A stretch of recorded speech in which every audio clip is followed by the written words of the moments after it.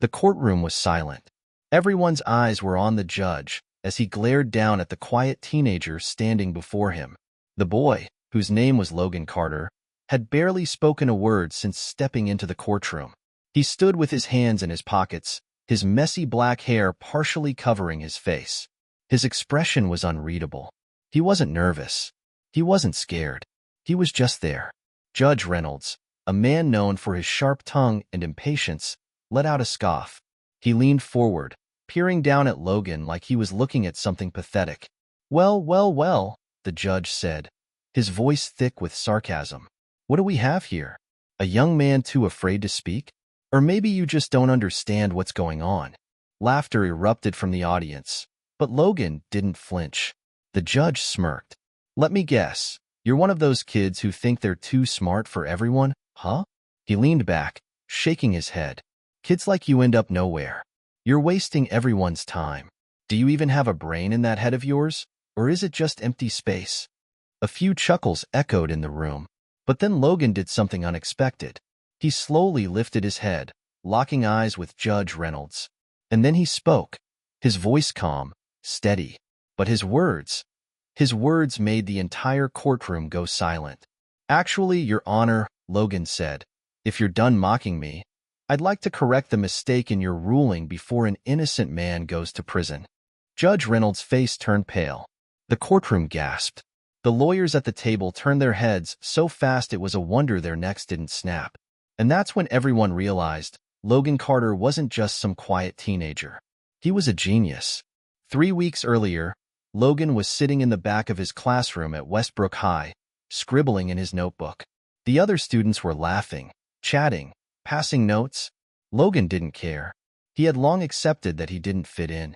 It wasn't that he didn't want friends. It was just that every time he opened his mouth, people either got bored or confused. So, he stayed quiet. He spent his time reading books on quantum physics, solving logic puzzles, and hacking into random systems. Not for anything illegal, just to see if he could. But life at home was a different kind of challenge. His mother, Sarah Carter, worked 2 jobs to keep a roof over their heads.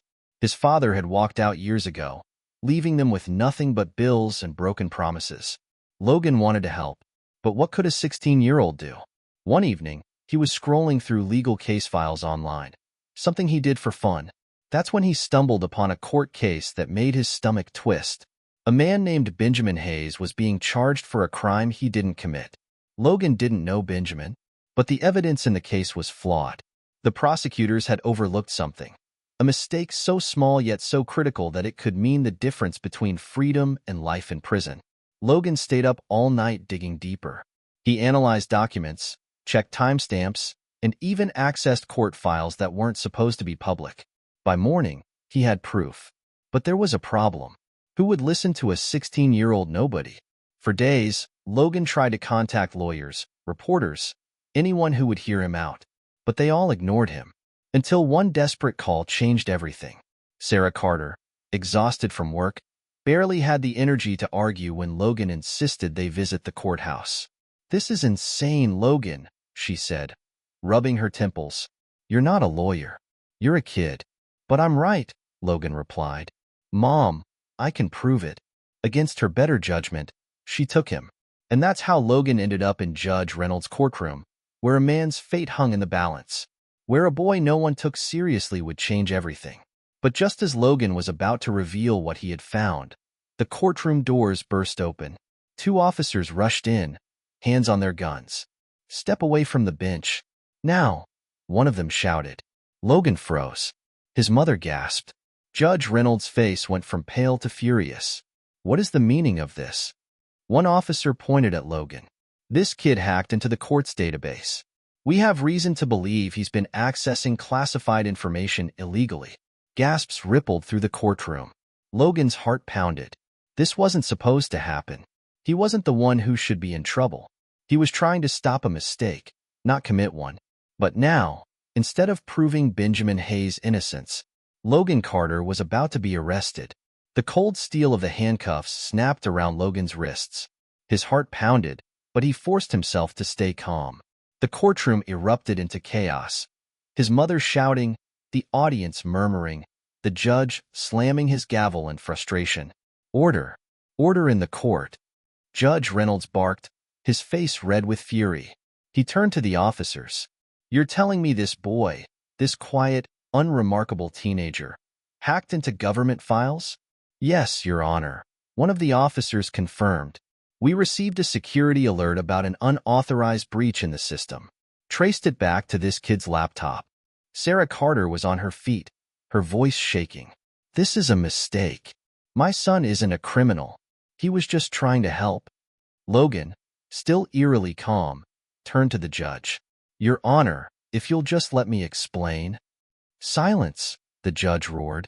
He rubbed his temples, clearly trying to process everything. You're telling me you hacked into court records? Logan took a deep breath. He had a choice. Deny everything and hope they let him go, or admit the truth and risk everything. He chose the truth. Yes, Your Honor. I accessed case files, but not to cause harm. His voice was steady. I found an error in your ruling. If you send Benjamin Hayes to prison, you'll be punishing an innocent man. The courtroom fell silent. Even Judge Reynolds hesitated, taken aback by Logan's confidence.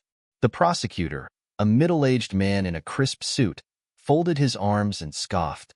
And what makes you think a teenager knows more than the legal professionals who worked on this case? Logan turned his head, meeting the man's gaze. Because they made a mistake. And then, he proved it.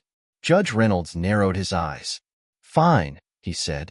Since you seem so sure of yourself, tell me, what mistake did I make? Logan took a deep breath. Your Honor, the case against Benjamin Hayes is based on security footage from a bank robbery, he began. The prosecution used a timestamp to place him at the scene, saying he entered the bank at 9:42 a.m. He paused. But that footage was tampered with. The prosecutor rolled his eyes. That's ridiculous. Logan ignored him and continued. The original file was compressed when it was entered as evidence. When that happens, metadata is altered. I ran a forensic analysis on the publicly available copy of the video and found inconsistencies. Judge Reynolds frowned. What kind of inconsistencies? Logan's voice was clear and confident. The lighting in the footage. The shadow angles don't match the time of day the video claims to be from. The sun was supposed to be coming from the east at 9:42 a.m., but in the video, it's positioned as if it were almost noon. Someone altered the timestamp. Murmurs spread through the courtroom. The prosecutor turned red. This is absurd. He's just a kid. You expect us to believe he analyzed security footage better than a team of professionals? Logan didn't flinch. You don't have to believe me, he said. Just pull up the unaltered footage from the bank's security system.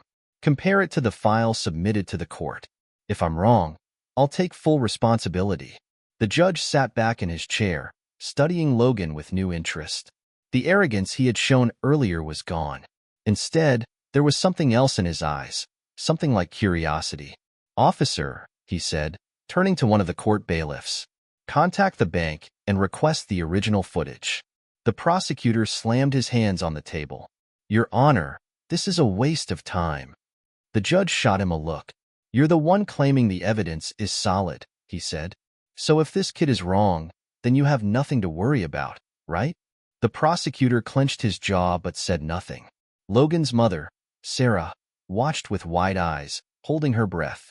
Minutes later, a court official rushed back in, a laptop in his hands. Your Honor, he said, slightly out of breath. We received a live copy of the bank's unedited footage. Judge Reynolds leaned forward. Play it. The courtroom held its breath as the official hit play. The black and white video flickered on the screen. It showed the bank's interior, customers, a few tellers behind the counter, and then the moment of truth. At exactly 9:42 a.m., the doors opened and a man walked in. But it wasn't Benjamin Hayes. It was someone else entirely. Gasps filled the room. Sarah's hand flew to her mouth. The prosecutor turned pale. Judge Reynolds' eyes widened. Well, I'll be damned, he muttered. Logan tilted his head slightly. I told you the timestamp was fake. Judge Reynolds sat there for a moment, his gavel hovering over his desk. Then, slowly, he turned to the prosecutor. I assume you have an explanation for this? The man stammered, his confidence gone. I don't understand how. Judge Reynolds cut him off with a raised hand. Enough. He exhaled, then turned back to Logan. You're telling me you figured this out on your own? Logan nodded. Yes, sir. The judge studied him for a long moment before letting out a low chuckle. Well, I'll be damned, he said again. I've been a judge for 20 years, and I've never seen anything like this. He looked at the officers still standing beside Logan. Get those cuffs off him. Now. They hesitated for a moment before obeying, unclicking the metal around Logan's wrists. Logan rubbed his hands, his skin red from the tight grip of the cuffs. He turned to his mother, who was staring at him like he was a stranger. Judge Reynolds cleared his throat.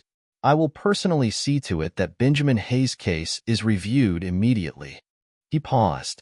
As for you, young man, I don't know whether to scold you for hacking into court records or offer you a job. Laughter rippled through the courtroom. Logan just gave a small shrug. I'm not looking for a job, he said. I just didn't want to see an innocent man go to prison. Judge Reynolds nodded slowly. You've got guts, kid, and one hell of a brain. But before anyone could celebrate, the doors of the courtroom burst open again. A man in a black suit stormed in, his face unreadable. He walked straight toward the judge, whispered something in his ear, and just like that, the judge's expression changed. His jaw tightened. His hands gripped the edge of his desk. He turned back to Logan, his eyes sharper than before. Young man, he said carefully, I need you to come with us. Right now. Logan frowned. Why? Judge Reynolds' voice was grave. Because it turns out, you weren't the only one looking at that case. Logan's stomach dropped. Something was wrong. Something big. And before he could even process it, 2 more officers stepped forward. And this time, they weren't just here for a misunderstanding. They were here for something much, much worse. Logan barely had time to react before the 2 officers flanked him, their expressions unreadable. His mother let out a panicked cry, reaching for him, but one of the officers held up a hand. Ma'am, stay back, the taller one said. Sarah Carter's voice shook. What are you doing? You just cleared him. He didn't do anything wrong. Judge Reynolds' face was hard, his usual arrogance replaced with something much more serious. He turned to Logan. Son, you need to come with us. Now. Logan's brain worked fast. The judge wasn't just being stern. He was being careful. He wasn't yelling or mocking him anymore. That meant whatever was happening, it was bigger than just the courtroom. Logan met his mother's worried gaze and gave her the smallest nod before turning back to Judge Reynolds. All right, he said, but you need to tell me what's going on. The man in the black suit, who had whispered in the judge's ear, stepped forward. He had slicked back hair, a perfectly pressed tie, and the kind of blank expression that only came with years of keeping secrets. My name is Agent Monroe, he said. I work for the federal government. Logan's heart skipped. The feds. Agent Monroe pulled a small tablet from his coat and swiped through a few images. Then he turned it around so Logan could see. Logan felt the breath leave his lungs. There, on the screen, was a security lock. Not from the courthouse. Not from any local system. It was from the Department of Justice. And Logan's name was right there. 12 hours earlier, Logan was in his tiny bedroom, the glow of his laptop the only source of light. He had spent the last few nights obsessed with Benjamin Hayes' case, combing through legal documents, security footage, and archived files most people didn't even know existed. He wasn't trying to break the law. He was just looking for the truth. But when he hacked into the courthouse database, something strange happened. The file he was searching for, Hayes' original case records, had a security tag on it. That wasn't normal. Court records weren't supposed to have that kind of restriction, not unless they were classified. And yet, every time he tried to access it, the system flagged him. That's when he realized something was off. Someone didn't want this case reviewed, and whoever that was had the power to hide it at the highest level. Logan had spent the next hour trying to bypass the security alert. He wasn't trying to hide what he was doing. He just wanted to know why this particular case had been marked. Then, suddenly, his screen went black. A single message popped up in red text. Access restricted. Trace initiated. Logan's stomach had dropped. He had triggered something. Something big. But before he could shut everything down, The power in his entire house flickered. For a full 10 seconds, everything was dark. And when the lights came back on, Logan knew someone was coming for him. Now, standing in the courtroom, Logan realized exactly what had happened. This wasn't just about Benjamin Hayes. Someone had flagged that case for a reason, and in trying to uncover the truth, Logan had tripped over something much, much bigger than he expected. Agent Monroe put the tablet away. "Mr. Carter," he said, "you accessed files that belong to the federal government. That's a serious offense." Logan swallowed, but kept his expression neutral. "I wasn't trying to do anything illegal," he said. "I just wanted to know why an innocent man was being set up." Agent Monroe's lips pressed into a thin line. "That's exactly what we need to talk about." Judge Reynolds stood, rubbing his chin. "Agent Monroe, I assume this conversation isn't meant to happen here." Monroe nodded. "We need to move him to a secure location." Sarah Carter stepped in front of Logan, her hands shaking. "No," she said. "You are not taking my son anywhere. He's just a kid." Monroe gave her a long look. Then, surprisingly, his voice softened. "Ma'am, I promise you, he's not in trouble." He paused. "But he's in danger." Logan's mother hesitated. He could see the terror in her eyes. He reached out and squeezed her hand. "Mom," he said gently, "I'll be okay." She shook her head, her breathing shaky. "I don't understand. Why is this happening?" Logan turned back to Monroe. "Yeah," he said. "Why is this happening?" Monroe glanced around the room, then lowered his voice. "Because, kid, the case you just exposed?" His eyes were dead serious. "It wasn't just a mistake." Logan's heart pounded. "What do you mean?" Monroe's voice was grim. "I mean, someone wanted Benjamin Hayes in prison." His jaw tightened. "And if you found out the truth," he exhaled, "that means you just got in the way of something dangerous." Silence. Then, bang. The sound of a gunshot echoed through the courthouse. Screams erupted. People dove for cover. Sarah pulled Logan down as a second shot rang out. The courtroom doors flew open, and a man in a dark hoodie charged inside. Gun raised. Monroe grabbed his radio. "We have a breach. We need backup now." The man with the gun didn't hesitate. He locked eyes with Logan and ran straight at him. Logan's body tensed. Someone wanted him silenced. And now, they weren't just trying to arrest him. They were trying to kill him. The world moved in slow motion. Logan barely had time to react before the gunman lunged toward him. His heart pounded as he ducked, feeling the heat of a bullet whizzing past his ear. The deafening crack of the gunshot rang through the air, followed by panicked screams. "Get down!" Agent Monroe bellowed, drawing his weapon in a flash. Sarah Carter clung to Logan, shielding him with her body. "Logan," she sobbed. "Stay down, baby. Please." But Logan knew. This wasn't a random attack. This was targeted. Someone wanted him gone. Judge Reynolds dove behind the bench, cursing under his breath. Court officers scrambled to pull their guns, but the shooter was fast, weaving through the chaos, eyes locked on Logan. "He's here for me." The realization sent a cold shock through Logan's spine. The gunman raised his weapon again and fired. At the last second, a strong hand yanked Logan backward. Bang! The bullet shattered the wooden railing where he'd been standing just moments ago. It was Monroe. "Move!" the agent barked, pushing Logan toward the exit. "We're getting out of here now." Two officers tackled the gunman, wrestling him to the ground. The gun clattered across the floor. But Logan knew it wasn't over. If there was one assassin, there could be more. Monroe grabbed Logan's wrist and dragged him toward the side door of the courtroom. "Get him out of here!" he shouted to another agent, shoving Logan into the man's arms. Sarah tried to follow, but Monroe held her back. "Ma'am, we'll keep him safe. Stay down." Logan's heart screamed no, but he knew arguing would only slow them down. He was swept into a back hallway, the agent practically carrying him as they ran. The sound of police sirens roared outside the courthouse. Logan gasped between breaths. Who was that? The agent's grip on his arm tightened. "Someone who doesn't want you alive." Minutes later, Logan was shoved into the back of a black SUV. The doors slammed shut, and the tires screeched as they sped away from the courthouse. Monroe climbed into the passenger seat, breathing heavily. He turned to the driver. Any sign of pursuit? All clear, the driver replied. For now. Logan pressed his palms against the cool leather seat, trying to steady his breathing. Can someone please tell me what's going on? Monroe exhaled, rubbing his temples. You don't get it, kid. That wasn't just some random shooter. His eyes flicked to the rearview mirror. Someone powerful is watching you. Logan clenched his fists. Then tell me what it is. Monroe hesitated. He looked at Logan, studying him for a long moment. Then, finally, he spoke. The case you cracked, Benjamin Hayes' case, it wasn't just a setup. His voice was low. It was a cover-up. Logan's stomach twisted. A cover-up for what? Monroe exhaled.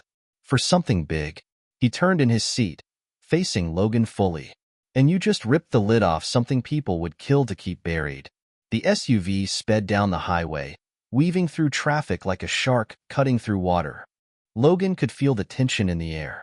Monroe was on high alert, his eyes flicking to the side mirrors every few seconds, scanning for any sign they were being followed.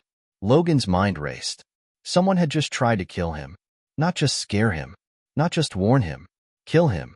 And now, he was in a speeding vehicle with a federal agent, who might be the only person keeping him alive. Logan took a deep breath. Where are we going? Monroe didn't take his eyes off the road. Somewhere safe. Logan frowned. That's not an answer. Monroe sighed. Kid, you need to understand something. You're in the middle of something way bigger than you realize. He glanced at Logan. The people behind this? They don't play games. Logan clenched his fists. Then tell me what I stepped into. Monroe hesitated. Then, after a long pause, he spoke. The case you cracked, Benjamin Hayes' case, it wasn't just a small-time mistake. He tightened his grip on his gun. That case was sealed. Logan's breath caught. Sealed by who? Monroe's voice was grave. By someone in the government. A chill ran down Logan's spine. That doesn't make sense, he said. Why would the government want to frame an innocent man? Monroe shook his head. It's not about him. His eyes darkened. It's about what he saw. Logan sat up straight. What do you mean? Monroe looked at him, his jaw tight. Benjamin Hayes worked in finance. He wasn't just some random guy. He was an auditor. Monroe exhaled. And 3 months ago, he found something. Logan's pulse quickened. Found what? Monroe's expression was unreadable. A discrepancy in federal funds. He paused. Millions of dollars missing. Logan's stomach dropped. Someone was stealing money. Monroe nodded. And they didn't want him to talk? Logan's chest tightened. So they framed him. Made him look like a criminal. Monroe exhaled. Exactly. Logan ran a hand through his hair. His mind was moving 1,000 miles a minute. But if I figured that out, he swallowed. That means whoever set him up knows I know. Monroe's silence was all the confirmation Logan needed. He was in danger. Serious danger. The SUV swerved off the highway onto a secluded road, leading into the woods. A small, worn-out cabin came into view. The driver killed the engine. Monroe turned to Logan.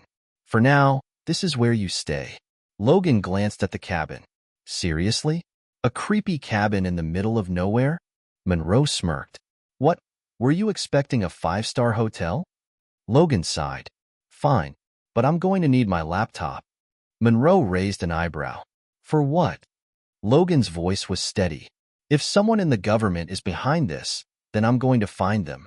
Monroe's smirk faded. Kid, you don't understand what you're dealing with. Logan met his gaze. I think I do. Monroe studied him for a moment, then sighed. You're either the smartest kid I've ever met, he shook his head, or the dumbest. Logan shrugged. Probably both. Monroe chuckled, shaking his head. Get inside. I'll get your laptop. Logan stepped out of the SUV and into the unknown. But one thing was clear. He wasn't running. He was going to fight back. And he was going to expose the truth, no matter what it took. The cabin smelled of old wood and dust. Logan stepped inside, glancing around. The place was small, just a single room with a bed, a desk, and a rusty stove in the corner. A few maps and papers were scattered across the table, but otherwise, it was empty. He turned to Monroe, who locked the door behind them. "So, what now?" Logan asked. Monroe walked to a small cabinet, pulled out a metal box, and placed it on the table. He opened it, revealing a satellite phone, a gun, and a few stacks of files. "We lay low," Monroe said, "at least until I can figure out who's behind this." Logan crossed his arms. "You're telling me to do nothing? That's not happening." Monroe gave him a look. "Kid, I just pulled you out of a courtroom where someone tried to put a bullet in your head. You don't get to argue with me." Logan exhaled sharply. He understood the danger, but doing nothing wasn't an option. He walked over to the desk and sat down. "If you want me to stay out of trouble," he said, "then get me my laptop." Monroe sighed. "You really think you can out-hack the people we're dealing with?" Logan smirked. "I already did once." Monroe ran a hand through his short-cropped hair. "You're impossible." He grabbed a duffel bag from the floor and tossed it on the bed. "Everything you need is in there. Laptop, chargers, burner phone. You do anything stupid, I pull the plug."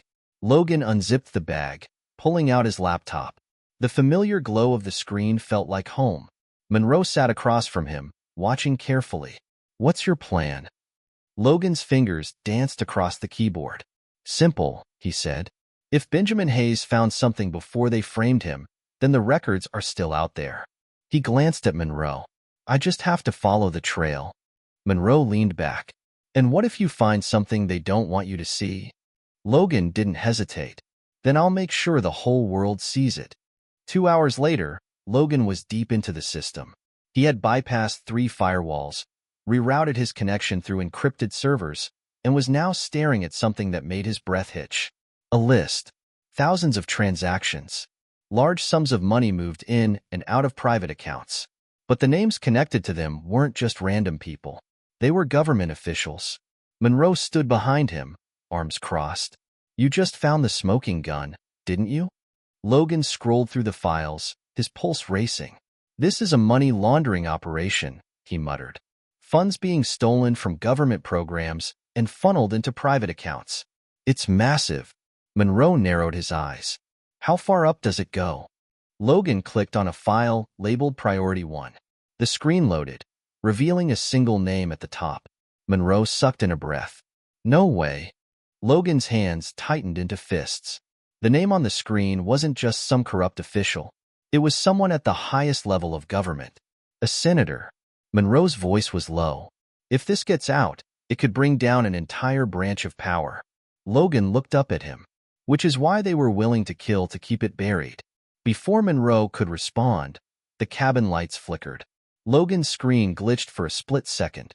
A single warning popped up. "You have been detected." Logan's blood turned ice cold. Monroe grabbed his gun. "They found us." Outside, the sound of tires screeching on gravel sent a wave of adrenaline through Logan's body. Headlights cut through the trees. Black SUVs. More than one. Monroe moved fast, shoving papers into a bag. "We're leaving now." Logan slammed his laptop shut and grabbed the duffel. "How did they track us?" Monroe gritted his teeth. "Doesn't matter. Move." The first SUV doors opened. Armed men stepped out, dressed in black tactical gear. No badges.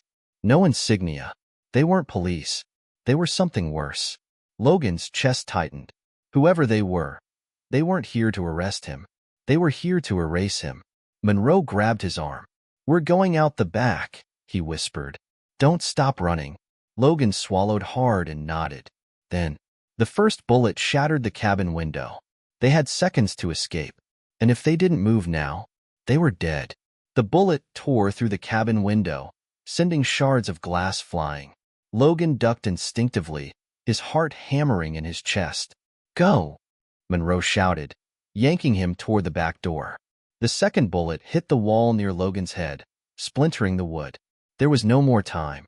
Monroe shoved open the back door, and they sprinted into the dense forest behind the cabin.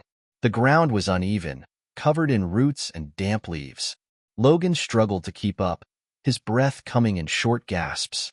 Behind them, voices shouted, "They're on the move. Take them down before they reach the road." A third gunshot rang out, hitting a tree just inches from Logan's shoulder.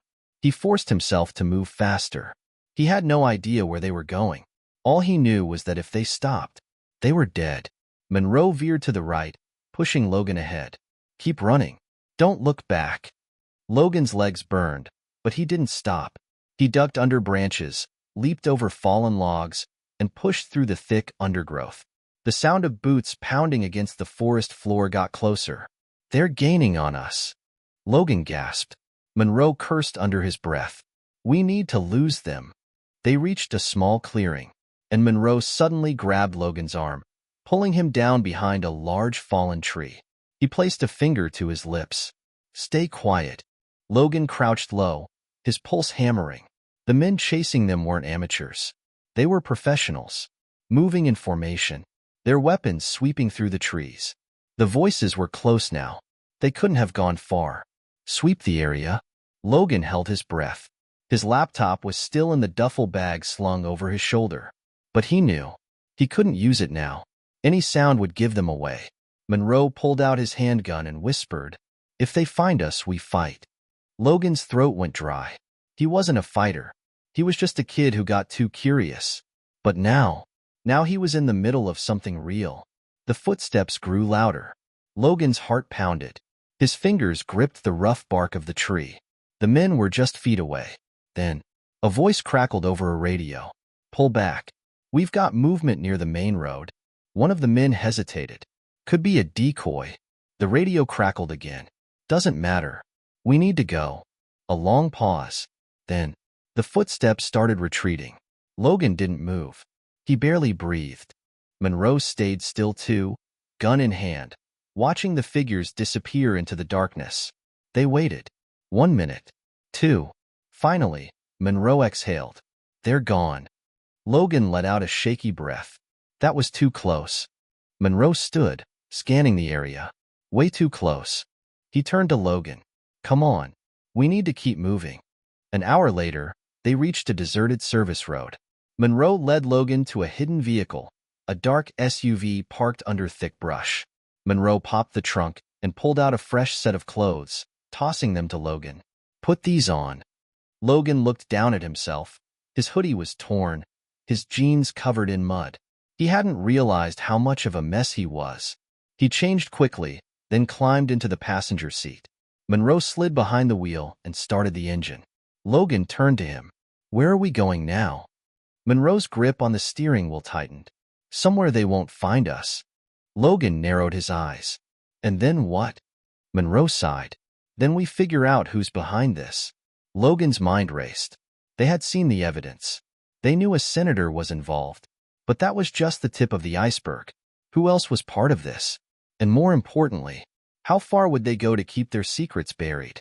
The SUV rumbled down the road, disappearing into the night. Logan knew one thing for sure. This wasn't over. Not even close. The SUV sliced through the darkness, headlights illuminating the empty road ahead. Logan sat in the passenger seat, his fingers gripping his laptop. He kept replaying everything in his mind. The attack at the courthouse, the discovery of the senator's name in the files, and the men who had just tried to kill them. His hands trembled slightly. He wasn't used to this. He wasn't a spy or a fugitive. He was just a kid who loved puzzles, a kid who saw something he wasn't supposed to see. Monroe noticed his shaking hands. "Breathe, kid," he said. "You freeze up, you die. Stay sharp." Logan exhaled slowly, trying to steady himself. "Where are we even going?" Monroe's jaw clenched. "Safe house. About 50 miles from here. No electronics. No connection. No trace." Logan frowned. "You don't trust me." Monroe shot him a look. "That's not the issue. You just hacked into the highest levels of government, and someone found us within minutes." His eyes flicked to the rearview mirror. "They have eyes everywhere. We go off the grid now." Logan hated the idea of hiding, but he had to admit, Monroe had a point. The people coming after them weren't amateurs. They had resources. They had power. And worst of all, they had no problem killing to protect their secrets. The SUV hit a rough patch of road, bouncing slightly. Logan tightened his grip on the laptop. "So," he said, "what's the plan?" Monroe kept his eyes on the road. "We lay low. I make some calls. Figure out who we can trust. Logan shook his head. That's not good enough. Monroe exhaled sharply. Kid, I know you think you're some kind of genius. I am a genius, Logan interrupted. And I'm telling you, hiding won't fix this. He turned to Monroe. We have the proof. We have the names. We exposed them. Monroe let out a short laugh. Expose them to who? His hands tightened on the wheel. You think the news is gonna run with this? You think the cops are gonna arrest a senator? He shook his head. This is bigger than that. Corruption this deep. It has protection. You go to the wrong person. He glanced at Logan. And you'll just make yourself a bigger target. Logan was silent for a moment. He hated to admit it, but Monroe was right. They couldn't just upload the files to the internet and hope for the best. They needed a strategy. Logan tapped his fingers against his laptop, thinking, what if we find a weak link? Monroe glanced at him. What? Logan sat up straighter. People don't pull off crimes this big alone. He turned his laptop screen toward Monroe. If we can find someone connected to the operation, someone lower level, someone who's scared, Logan's eyes gleamed. Then we flip them. Monroe's lips parted slightly. Then he nodded. Get them to talk. Logan smirked. Exactly. Monroe was quiet for a moment. Then he said, You're a dangerous kid. Logan raised an eyebrow. Because I'm smart? Monroe shook his head. Because you don't know when to stop? Logan just stared ahead. Stopping wasn't an option. Not anymore. An hour later, the SUV pulled into a remote gas station on a deserted stretch of road. The only light came from a flickering neon sign and the dim glow of a security camera above the door. Monroe shut off the engine. Stay here. I'll grab supplies. Logan nodded, watching as Monroe stepped out of the car and walked toward the store. The moment he was alone, Logan opened his laptop and got to work. He wasn't waiting around. If they were going to flip someone inside this operation, they needed to know who to target. His fingers flew over the keyboard. Encrypted files loaded onto his screen. He scrolled past the senator's transactions, looking for something, anything that stood out. Then, he saw it. A name. Jacob Finch. Logan clicked on it. A small profile popped up. Finch was a mid-level government contractor, tied to financial accounts used in the laundering scheme. He wasn't at the top, but he was close enough to know the real players. And there was something else. Logan's eyes widened. He tried to back out. A series of flagged transactions appeared on his screen. Finch was moving money, shifting assets, trying to disappear. He was scared. Logan's pulse quickened. This was it. Finch wanted out, which meant, if they got to him first, they had a shot. Logan reached for his burner phone. He needed to tell Monroe. Then, he saw the reflection in the window, a shadow moving toward the SUV. His stomach dropped. Someone was behind him, and before he could even turn, a hand slammed over his mouth. The door yanked open. Logan struggled, kicking wildly. But whoever it was, they were strong. He was pulled from the SUV and thrown into the darkness. Logan hit the ground hard, his head slamming against the rough gravel. Stars exploded in his vision, and for a brief second, he felt completely disoriented. But he didn't have time to recover. A strong hand grabbed him by the collar and yanked him up. A voice, low, sharp, hissed in his ear. Stop fighting. Logan ignored the command, twisting and thrashing with everything he had. He kicked at his attacker's shin, but they barely flinched. A second figure appeared from the shadows. This one pressed a gun against Logan's ribs. Do it again, the second voice warned, and you won't get another chance. Logan froze. The first man, still gripping him tightly, leaned in. You've been a very busy little hacker, haven't you? Logan clenched his teeth. He could smell cigarettes and sweat on the guy's breath. Whoever these men were, they weren't ordinary thugs. They were professionals. The second man grabbed Logan's laptop bag from the SUV, slinging it over his shoulder. Where's your babysitter? He sneered. He meant Monroe. Logan's heart pounded. Monroe was still inside the gas station. If these guys had been watching them, they would have seen Monroe go in alone. That meant they had waited for the perfect moment to grab him. The first man shoved Logan toward a black sedan parked in the alley beside the station. Get in. Logan hesitated. The second man jabbed the gun harder into his ribs. I said, get in. Logan didn't have a choice. He climbed into the back seat, his brain racing for a way out. The first man slid in beside him. The second took the driver's seat. The doors locked with a click, and then they sped off into the night. 5 minutes. That's how long Logan sat in silence, trying to memorize every turn, every street sign, anything that could tell him where they were going. The man next to him finally spoke. You just couldn't leave it alone, could you? Logan swallowed hard. Who are you? The man smirked. That's not important. Logan glanced at the driver. You work for the senator. The man beside him stiffened. Logan's eyes flicked to him. Bingo. He had hit a nerve. These men weren't just random kidnappers.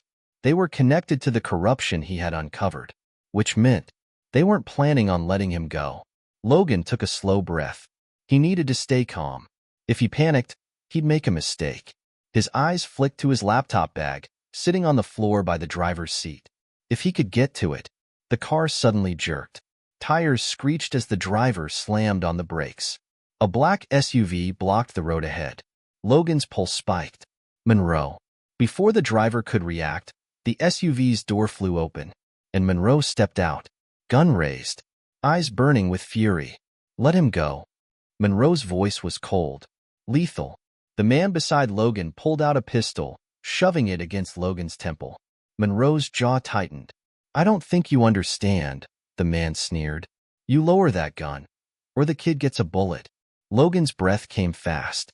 His mind raced for a way out. Then, Monroe did something unexpected. He smirked. The driver's eyes darted to the rearview mirror, suddenly suspicious. What's so funny? Monroe tilted his head slightly. You boys brought a gun to a fight you already lost. The men barely had time to process those words before a second SUV slammed into them from behind. The impact sent the car spinning. The man next to Logan lost his grip, and Logan acted instantly. He lunged for his laptop bag. The driver cursed, struggling to regain control. And then, Monroe was there, yanking open the door, ripping Logan out. Just as the second SUV screeched to a stop beside them, more men poured out. But these weren't enemies. They were agents. Monroe had backup. Gunfire erupted. Monroe shoved Logan behind the SUV. Stay down. Logan barely had time to process what was happening before he heard it. The distinct pop-pop-pop of silenced gunfire. The men who had taken him were outnumbered. And within seconds, it was over. The attackers were neutralized. The only sound left was Logan's pounding heart. Monroe turned to him, gripping his shoulder. You okay? Logan nodded, breathing hard. You set me up? Monroe smirked. I had a feeling they'd come for you. Just needed to make sure I'd be there when they did. Logan stared at him. You used me as bait. Monroe shrugged. And it worked.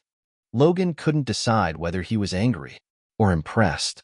One of the agents from the second SUV approached. We need to move. Now. Monroe nodded, then turned to Logan. Come on, kid. We're not done yet. The black SUVs tore down the highway at full speed, weaving between cars, as if the laws of the road didn't apply. Logan sat in the back, his laptop balanced on his knees, fingers flying over the keyboard. They had the advantage now. They had the files. They had proof. And most importantly, they had names. But there was still one major problem. None of it mattered unless they could bring down the senator. Monroe, in the passenger seat, was making rapid calls. His voice sharp. No, we don't go public yet. We need a direct approach. If we don't cut off the head, they'll bury this. Logan swallowed hard. He understood what Monroe meant.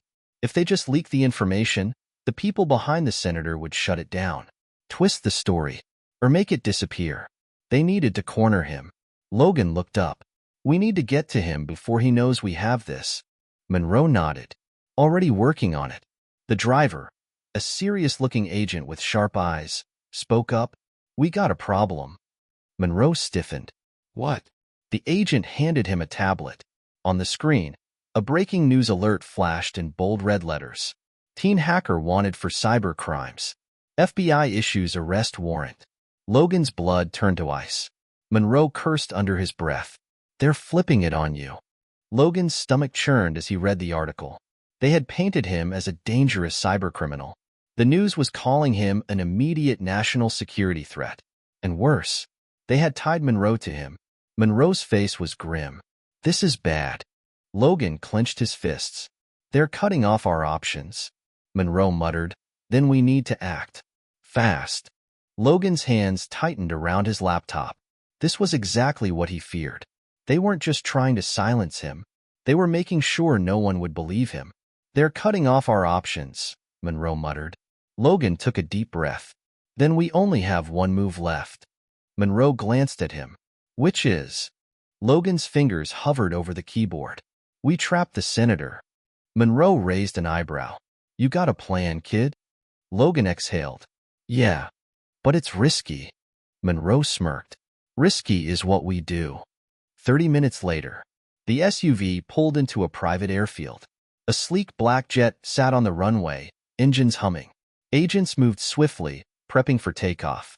Logan turned to Monroe, confused. Where are we going? Monroe tightened his grip on his gun. Washington, D.C. Logan's stomach twisted. They were going straight into the lion's den. Before he could say anything, Monroe grabbed his arm. Listen up, kid. The second we land, this gets real. No more games. No more running. We hit hard. We hit fast. And we don't stop until the truth is out. Logan nodded, forcing down the fear bubbling inside him. They climbed the stairs into the jet, and within minutes, they were airborne. Logan opened his laptop, pulling up the files. There was one last piece of the puzzle he needed to crack, and if he was right, it would be the final nail in the senator's coffin. He took a deep breath and started typing. The jet soared through the night sky, slicing through thick clouds. The tension in the cabin was suffocating. Logan's fingers danced across the keyboard. He wasn't just hacking now. He was building a trap. Monroe sat beside him, watching carefully. What exactly are you doing, kid? Logan's eyes stayed locked on the screen, setting up the endgame. He pulled up the senator's financial records. But this time, he wasn't just looking at the stolen money. He was looking at who was receiving it. And then, he found it. His breath hitched. Monroe leaned in. What is it? Logan swallowed hard. The money isn't just going into offshore accounts. Some of it was coming back. Monroe frowned. Explain. Logan exhaled. It's being funneled through shell companies. Fake businesses. And then it's being used for something big. He clicked on one of the flagged transactions. A series of payments. Massive amounts of money. And the recipient? A private security firm. Monroe's expression darkened. That's not just laundering. That's building an army. Logan's stomach twisted. He's not just stealing money. He glanced up at Monroe. He's paying for something. Weapons. Men. Operations. Monroe ran a hand down his face. This is worse than I thought. Logan nodded. We're not just exposing corruption anymore. He met Monroe's eyes. We're stopping a coup. 1 hour later, the jet touched down at a private airstrip outside Washington, D.C. The moment the wheels hit the ground, the team was already in motion. Monroe loaded his gun. We don't have much time. The second they realize we're here, they'll move to shut this down. Logan nodded. We need to get close to the senator. Somewhere public. Where they can't just kill us. Monroe thought for a moment.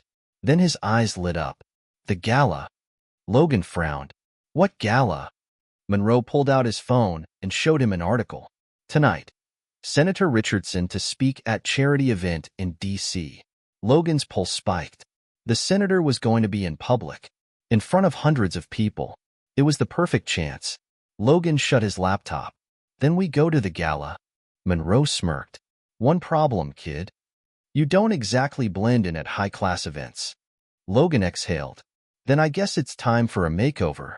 1 hour later, Logan stood in front of a mirror, adjusting the cuffs of a stolen tuxedo. This is stupid, he muttered. Monroe, fixing his own tie, smirked. Relax, kid. You almost look normal. Logan rolled his eyes. What's the plan? Monroe's face grew serious. You get in. Stick to the plan. And don't get caught. Logan nodded. Right. Monroe glanced at his watch. It's almost showtime. Logan took a deep breath. This was it. The final move. And if they pulled this off, the senator was finished. They stepped into the grand ballroom. Chandeliers glittered overhead. The room was filled with politicians, businessmen, and high-profile guests. Everyone was smiling, laughing, completely clueless about what was about to happen. Logan's eyes scanned the crowd, and then he saw him, Senator Nathaniel Richardson, standing at the center of the room, shaking hands, laughing, completely unaware that his empire was about to crumble. Logan's heart pounded. It was time. He pulled out his phone, clicked a button, and sent the files to every major news outlet in the country. But before he could even breathe, a firm hand grabbed his shoulder. His blood ran cold. He turned and found himself face to face with a man in black. No expression, no hesitation, just deadly intent. The man whispered, "You shouldn't have come here, kid." Logan barely had time to react before the man reached inside his jacket and pulled out a gun. The man in black pulled his gun with surgical precision. His grip, steady, too steady. A professional. Logan's body froze. His mind screamed at him to move, but he was locked in place, staring down the barrel of a silencer. Then, bang. But it wasn't from the assassin's gun. The man's body jerked violently, a bullet slamming into his chest. His grip loosened. His weapon clattered to the marble floor. Logan barely had time to register what had happened before. A strong hand yanked him backward. "Move, Monroe." The ballroom erupted into chaos. Guests screamed. Security rushed in, guns drawn, looking for the source of the gunfire. Logan's heart pounded. Who shot him? Monroe didn't answer. He was already scanning the room, searching for their next move. Then, a new voice echoed over the ballroom speakers. "Ladies and gentlemen," it was the senator. Logan's head snapped toward the grand stage. There he was, Senator Nathaniel Richardson, standing at the podium, calm, composed. His cold blue eyes locked onto Logan through the crowd. And then, a slow smirk formed on his lips. Logan's stomach dropped. He knows. Richardson adjusted his tie. "Apologies for the disturbance," he said smoothly, as if nothing had happened. Asterisk, asterisk. "It seems we have a trespasser." Monroe cursed under his breath. "We need to get out. Now." Logan shook his head. "No."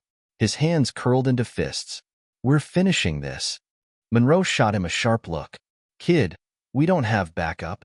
Logan's pulse thundered. "We don't need it." He took a deep breath and stepped forward. The senator raised an eyebrow as Logan emerged from the crowd. "Ah," Richardson said. "The prodigy himself." The room went dead silent. Security guards surrounded the stage, their hands resting on their holsters. Logan ignored them. He pulled out his phone, holding it up for everyone to see. Richardson's smirk didn't falter. "You think a phone is going to stop me?" Logan smiled. "Not just a phone." He tapped the screen, and suddenly, every screen in the ballroom flickered to life. Projectors, TVs, smartphones, tablets, all of them. And on every single screen, the evidence played. Documents, video clips, bank statements, leaked recordings. The truth, in full color, for every guest, reporter, and politician in the room to see. Gasps rippled through the ballroom. A man near the front dropped his champagne glass. A reporter clutched her earpiece, already relaying the breaking news to her station. Logan's voice was calm. "This," he said, gesturing to the screens, "is who you really are." The senator's face darkened. For the first time, he looked rattled. Monroe stepped beside Logan. "Looks like the whole country just saw what you've been hiding." The senator's jaw tightened. He turned to his security team. "Arrest him." But no one moved, because now the cameras were on him. The world was watching. Any wrong move would only confirm his guilt. Richardson's fists clenched. His breathing, slow, controlled. Then, his lips curled into a chilling smile. He leaned slightly toward Logan and whispered, so only he could hear, "You don't understand, kid." His voice was soft, deadly. "Men like me, we don't go to prison. Logan's eyes burned into him. You will. And then, FBI agents swarmed the room. Voices shouted, Senator Richardson, you're under arrest. The senator barely reacted as the cuffs clicked around his wrists. His expression remained calm, but his eyes, they burned with pure hatred.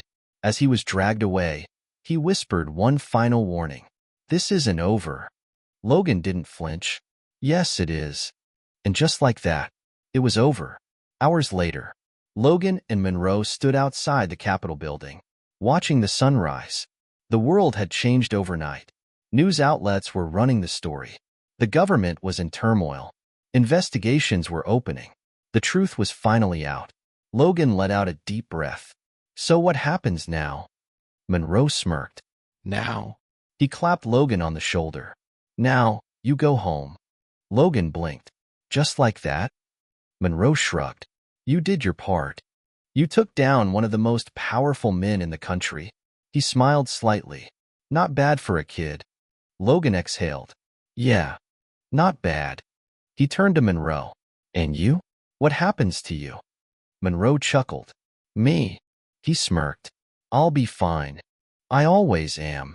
Logan nodded. He knew they'd probably never see each other again, but that was okay. Because now, Logan Carter was free. Free from fear. Free from running. Free to finally be himself. As he walked away, the sun rising behind him, he knew one thing for sure. He wasn't just the quiet kid in the back of the class anymore. He was the kid who had changed everything. And that was just the beginning.